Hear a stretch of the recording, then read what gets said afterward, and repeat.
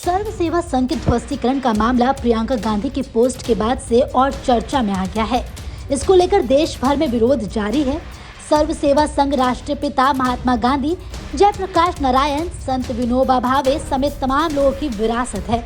सर्व सेवा संघ और उत्तर रेलवे के बीच जमीन के मालिकाना हक पर चल रहे विवाद में जिलाधिकारी वाराणसी ने उत्तर रेलवे के हक में फैसला दिया था। सर्व सेवा संघ भवन को ध्वस्त करने के लिए उत्तर रेलवे प्रशासन ने 30 जून 2023 की तिथि तय की है। इस फैसले का विरोध शुरू हो गया है। जेएनयू डीयू के छात्रों और प्रोफेसरों समेत रिटायर्ड साहित्यकार और गांधीवाचक विचारक विरोध दर्ज कराने वाराणसी पहुंचने लगे हैं। गांधीवादी विचारधारा से जुड़े सैकड़ों लोग का पहुंचना शुरू हो गया है। आपको बता दें कि सर्व सेवा संघ की स्थापना 1948 में भारत के प्रथम राष्ट्रपति डॉक्टर राजेंद्र प्रसाद की अध्यक्षता में हुई थी। राष्ट्रपिता महात्मा गांधी, भूदान आंदोलन के जनक विनोबा भावे, जयप्रकाश नारायण के हाथों से लिखी तमाम पुस्तकें, उनकी जुड़ी यादें पूरे परिसर में हैं। 12.50 एकड़ में फैले सर्व सेवा संघ परिसर में 250 लोग जो गांधीवादी विचारधारा से जुड़े हैं रहते हैं। सहरसा में संवाददाता ने सर्व सेवा संघ के लोगों से खास बातचीत की। देखिए ये खास रिपोर्ट। सर्व सेवा संघ यानी राष्ट्रपिता महात्मा गांधी, विनोबा भावे जैसे महापुरुषों की जो एक विरासत थी, ये विरासत वाराणसी के चौका घाट में क्षेत्र में स्थित है। लगभग 12.5 एकड़ में फैले इस पूरे परिक्षेत्र में गांधी जी, साथ ही साथ जो स्वतंत्रता सेनानी थे उनसे जुड़ी यादें हैं और इसी को लेकर जो उत्तर रेलवे और साथ ही साथ इस सर्व सेवा संघ की तरफ से मुकदमा चल रहा था, जिसमें बीते दिनों जिलाधिकारी ने इस पूरे परिसर का मालिकाना हक उत्तर रेलवे को दे दिया था। लिहाजा इस पूरे परिसर को गिराने का जो आदेश है 30 जून को पारित किया गया है। लेकिन इससे जुड़े हुए जो लगभग 250 लोग हैं यानी लगभग 50 परिवार के लोग हैं, उनका कहना है कि अगर इस चीज़ की ध्वस्तीकरण की जाती है तो ये इस परिसर की नहीं बल्कि जो राष्ट्रपिता महात्मा गांधी हैं, जो विनोबा भावे हैं, उनसे जुड़ी हुई चीज़ों पर प्रहार किया जाएगा। और ज़्यादा जानकारी के लिए हमारे साथ कुछ स्थानीय लोग हैं। सबसे पहले हम आपका नाम जानेंगे और क्या करते हैं आप यहाँ पे? मेरा नाम राम नीरज है। मैं यहाँ का एक कार्यकर्ता हूँ। उत्तर प्रदेश सर्वोदय मंडल का अध्यक्ष हूँ, जो सर्व सेवा संघ की एक संस्था है। और पिछले 50 सालों से मैं गांधी विचार जेपी आंदोलन से जुड़ा हुआ हूँ और गांधी जी के विचार प्रसार का ही काम करता हूँ। मैंने पूरा जीवन इसी काम के लिए लगाया है। अच्छा, एक आदेश पारित हुआ है कल उत्तर रेलवे की तरफ से 30 तारीख को इस पूरे परिसर को ढाया जाएगा। क्या कुछ मामला था, संक्षेप में बताएं। देखिए, इसका रेलवे से कोई रिश्ता नहीं है, न रेलवे ने हमारे ऊपर कोई मुकदमा किया है। ये तो केवल जो यहाँ के जिलाधिकारी और यहाँ के जो कमिश्नर है उनकी मनमानी है और भारत सरकार की ये इच्छा है जिसकी वजह से हो रहा है।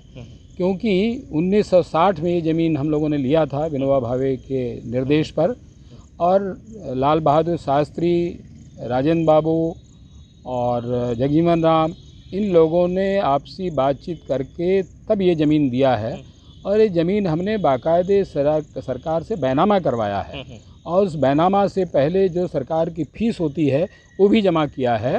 वो स्टेट बैंक के द्वारा चालान से उस समय लगभग 30,000 रुपये जमा किए गए हैं। सन 60 में आप कल्पना कर सकते हैं।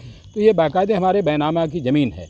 उस समय न तो रेलवे ने कोई आपत्ति की है, न तो उनके ऑडिट विभाग ने कोई आपत्ति की है, न तो जो उनका लैंड रिकॉर्ड डिपार्टमेंट है, जो स्टेट अफसर है, उसने कोई आपत्ति की है, न सरकार ने किसी ने यहाँ के खिलाफ़ कोई FIR या कोई ऐसा 420 का केस करवाया है। ये अचानक अभी 63 सालों बाद जब हम लोग लगातार इस सरकार की नीतियों का विरोध कर रहे हैं, तब इस सरकार के निर्देश पर कमिश्नर साहब ने एक दिन अचानक कहा कि ये जो हमारा पीछे का संस्थान है, जिसको जयप्रकाश नारायण ने बनाया था गांधी विचार के अध्ययन के लिए, उसको उन्होंने कहा कि ये इस पर राष्ट्रीय कला केंद्र का दफ्तर बनेगा। तब हम लोगों ने विरोध किया था। भाई, राष्ट्रीय कला केंद्र का हमसे कोई रिश्ता नहीं है और हम उस संस्था को जानते भी नहीं। वो भारत सरकार की संस्था है, तो आप कहीं भी उनके लिए लेकर बना लीजिए। एक हमारे संस्था से जुड़ी महिलाएं हैं। हम मैडम आपसे जानना चाहते हैं, चूँकि सरकार कह रही है कि उत्तर रेलवे का ये पूरा प्रॉपर्टी है, तो कोई एविडेंस आपने कोर्ट के समक्ष, जिलाधिकारी कोर्ट के समक्ष पेश किया या फिर डिसीजन की कॉपी, जो आदेश की कॉपी, उस कॉपी में क्या लिखा था, किस आधार पर मालिकाना हक उत्तर रेलवे को दिया गया? जी, ये सारे जो भी डॉक्यूमेंट्स हम लोगों के पास हैं इतने सालों में, जितने भी मतलब रेवेन्यू का और सब चीज़ों का टैक्स का जमा हुआ या दाखिल खारिज हुआ, सब कुछ कागज़ उनके सामने प्रेजेंट किया गया है। और उन्होंने एकदम इतनी जल्दी में है कि उन्होंने रोज़ डेट डाल के जल्दी एकदम सुनवाई की और एक एकदम बेनाम आदमी की शिकायत पे संज्ञान लेते हुए ये केस दर्ज किया। और उसके बाद वो हड़बड़ी में इतनी कार्रवाई करते हुए उन्होंने एक तरफ़ा फैसला दे दिया है।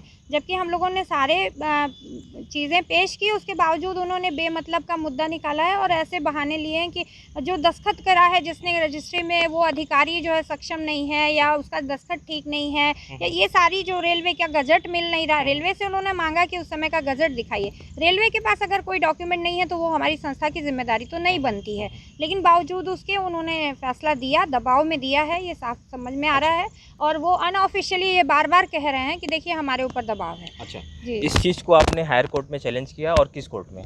जी, हाई कोर्ट में कल का ही दिन था। ये लोग टाइम भी नहीं दे रहे हैं। जो सुप्रीम कोर्ट की रूलिंग है कि कम से कम आपको 3 महीने का वक्त तो देना पड़ता है, लेकिन आके अचानक अभी 26 तारीख को ये फैसला एसडीएम कोर्ट से आता है, डीएम कोर्ट से, और 27 तारीख को रेलवे के फोर्स के साथ रेलवे के अधिकारी, उच्च अधिकारी सीधे एडीआरएम और वहाँ से ऑफिस से, लखनऊ और दिल्ली ऑफिस से आते हैं और यहाँ पे नोटिस चिपका के चले जाते हैं और पूरी परिसर को जैसे धमकाने की मुद्रा में आते हैं। तो ये लोग हैं सर्व सेवा संघ से जुड़े, जिनका साफ कहना है कि ये तुगलकी फरमाना। हमारे साथ कुछ युवा भी हैं।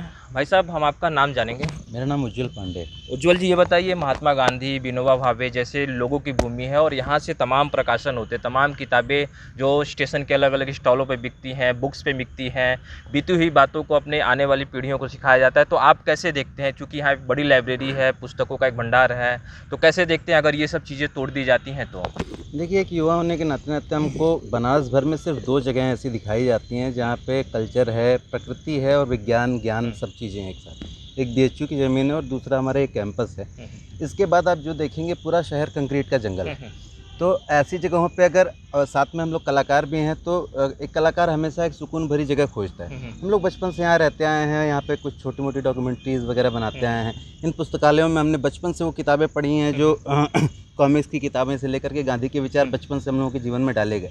तो ये वो सारी चीज़ें हैं जिन्होंने हमको हमारे जीवन को निर्माण करने में बहुत योगदान दिया। और साथ ही हमारे साथ साथ शहर के और तमाम बच्चे हैं और देश के भी बहुत सारे लोग आते हैं। पहले यहाँ पे युवा शिविर लगता था, देश भर से सैकड़ों नौजवान आते थे और वो 1 महीने तक कैंपस उनको अलग अलग तरीके की शिक्षा देता था, अलग तरीके की प्रैक्टिस।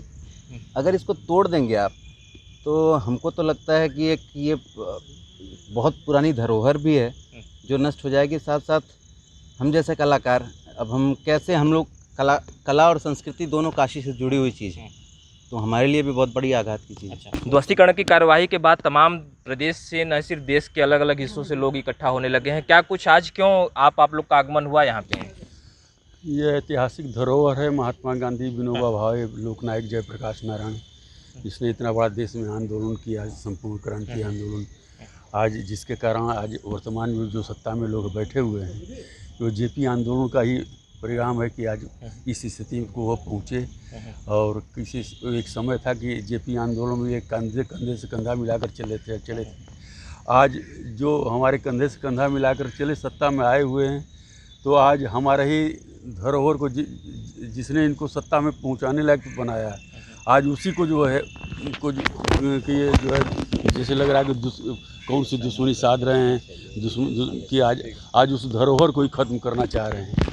आज हम लोग लोकनायक जयप्रकाश नारायण के अनुयायी हैं, इसीलिए आप लोग इकट्ठा हो रहे हैं यहाँ पे? इसीलिए इकट्ठा हो रहे हैं। अच्छा, ये थे सर्व सेवा संघ से जुड़े कुछ लोग, जिनका कहना है कि ये सिर्फ भूमि ही नहीं बल्कि महात्मा गांधी, विनोबा भावे, जेपी की से जुड़ी हुई भूमि है। साथ ही साथ ये ज्ञान की जो केंद्र है, क्योंकि ये जो प्रमुख है, जो सर्व सेवा संघ, यहाँ से देश विदेश में न सिर्फ किताबें जाती हैं बल्कि आने वाली पीढ़ियों को शिक्षा दी जाती है। इतना ही नहीं, इस पूरे मामले को लेकर जब ध्वस्तीकरण का आदेश आया तो कांग्रेस की जो महासचिव हैं प्रियंका वाड्रा, उन्होंने एक फेसबुक ट्वीट किया था। फेसबुक ट्वीट करने के बाद अब देश के अलग अलग हिस्सों से शिक्षाविद, पर्यावरणविद, साहित्यकार, साथ ही साथ संस्थानों से जुड़े जो छात्र हैं, छात्र के अलावा जो शिक्षक है, वो यहाँ पे इकट्ठा होने लगे। फिलहाल सारा समय के लिए वाराणसी से अभिषेक।